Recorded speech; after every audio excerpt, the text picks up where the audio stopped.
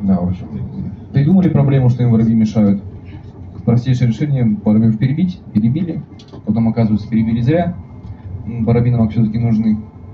Нужно где-то брать только у кого-то, а кто-то своих воробьев просто так уже отдавать не будет, только за денежку. Поэтому придется уже потом докупать. В соседних странах, там в Советском Союзе том же самое покупали.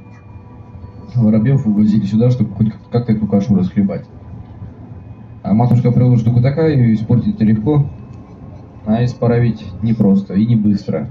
Поэтому последствия вот этого самого геноцида воробьев ощущались до начала 2000-х годов, то есть примерно с середины века по его конец. Полвека прошло у них в таком темпе борьбы с саранчой и гусеницами, всякими другими мелкими вредителями.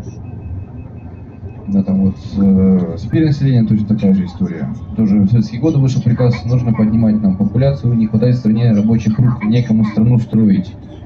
Китайцы услышали,